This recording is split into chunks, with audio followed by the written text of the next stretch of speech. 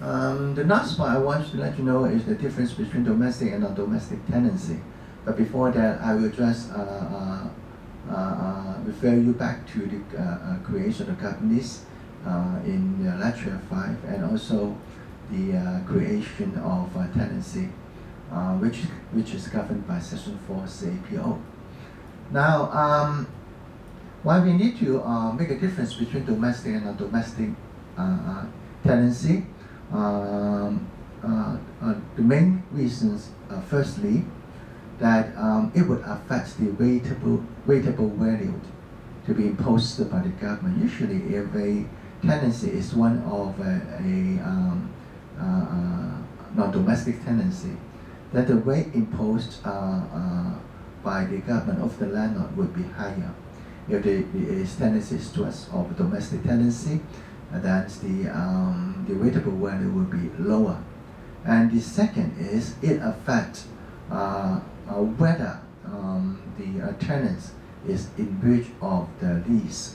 Now, for example, if a tenancy or a lease being created just for the purpose, for residential purpose, very similar to a government lease. So, if say the landlord create a domestic tenancy, the purpose of which just for dwelling. What if say the tenant doing something or engage in something which is business by nature? That's quite unavoidable. When nowadays people were very busy, they just quite often take back to their home to do something relating to their work in the company or relating to their business outside. So would that people would be in breach of the terms of the tenancy? Now the court help in determining the issue is again it's a question of fact, depends on very much on the degree of the activities. Now just to let you know here that about the relevancy of the government lease and the occupation permit relation to that issue.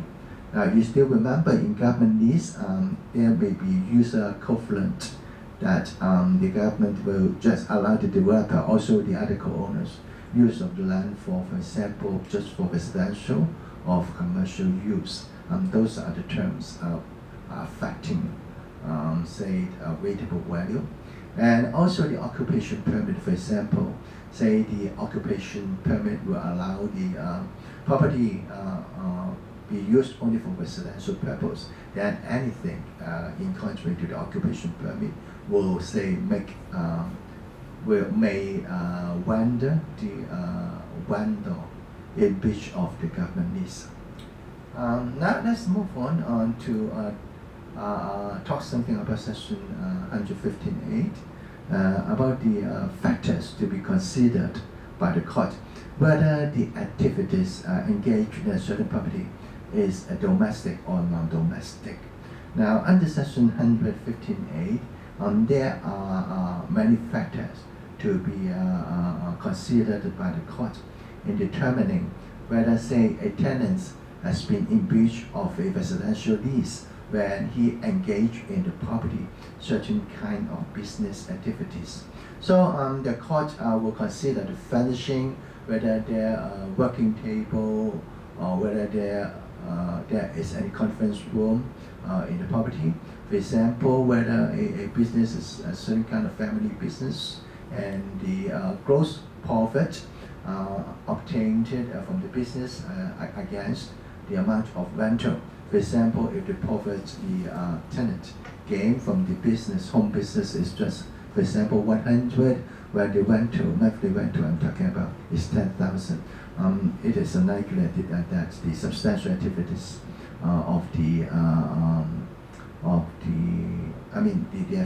the substantial activity taking place in the property is one of business. If you look at the ratio between the profit of the business and the rental.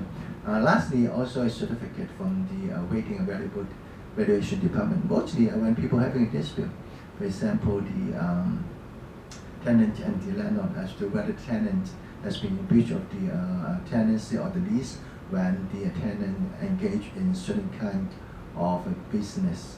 In such a case, the parties may say invite the waiting and valuable department to have an inspection. After the inspection, then the waiting department will say issue a certificate indicating the nature of the business or the activities engaged in the property. Now, this certificate is very important. In fact, most of the time the court will regard this certificate as a kind of